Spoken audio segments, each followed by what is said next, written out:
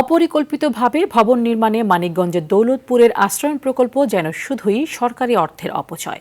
ঘরহীন মানুষের জন্য নির্মিত হলেও বর্তমানে বেশিরভাগ ঘরই পড়ে আছে ফাঁকা।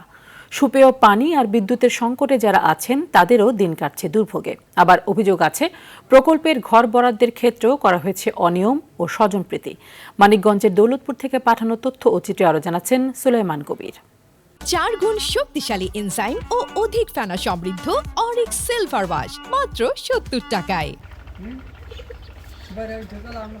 সারি সারি লাল টিনের ছাউনির আধা পাকা এসব ঘর হওয়ার কথা ছিল গৃহহীন মানুষের আশ্রয়স্থল। তবে বাস্তবে মানিকগঞ্জের দৌলতপুরের জিয়নপুর ইউনিয়নে নির্মিত আশ্রয়ণ প্রকল্পের 75টি পাকা ঘরের মধ্যে 60টি পড়ে আছে ফাঁকা। প্রথম দিকে অধিকাংশ ঘরেই বসবাস শুরু করেন গৃহহীন পরিবারের সদস্যরা। তবে ক্রমেই বের হতে থাকে কতটা অপরিকল্পিতভাবে নির্মিত হয়েছে এসব ঘর। বিদ্যুৎহীন এ প্রকল্পে সুপেয় পানির অভাবসহ রয়েছে নানান সংকট। ফলে প্রকল্পটি এখন টেকসই উন্নয়নের পরিবর্তে ব্যর্থ পরিকল্পনার উদাহরণে পরিণত হয়েছে। বালি তো পরেই বালি পরে তেমন সিমেন্ট তেমন দেয় নাই কিছু, কারেন্ট নাই বাচ্চা টাচ্চা লেখাপড়ার সমস্যা। এই আমার শ্বশুর বাড়ি এলাকা নদীতে ভেঙে গেছে। অভিযোগ আছে প্রকৃত ভূমিহীনদের বদলে রাজনৈতিক প্রভাব খাটিয়ে স্থানীয় আওয়ামী লীগের নেতারা এসব ঘর বরাদ্দ নিয়ে করেছেন বিক্রি।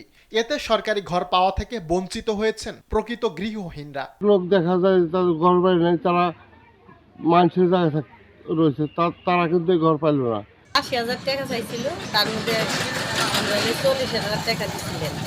আমাদের সাইডে আশ্রয়কেন্দ্র খালি পড়ে থাকে, অথচ আমাদের বাচ্চা কাচ্চা নিয়ে মাথা গোজার মতো ঠাই না। বিদ্যমান সমস্যাগুলো সমাধান করে ঘরগুলো যোগ্যদের কাছে হস্তান্তর করা হবে বলে জানিয়েছে জেলা প্রশাসন। আমাদের গৃহহীন বাইরে থাকবে এবং আমাদের ঘরগুলো খালি পড়ে থাকবে, এটি আসলে কাঙ্ক্ষিত নয়।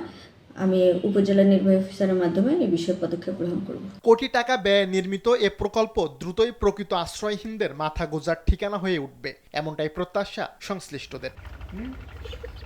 সুলাইমান কবির, RTV।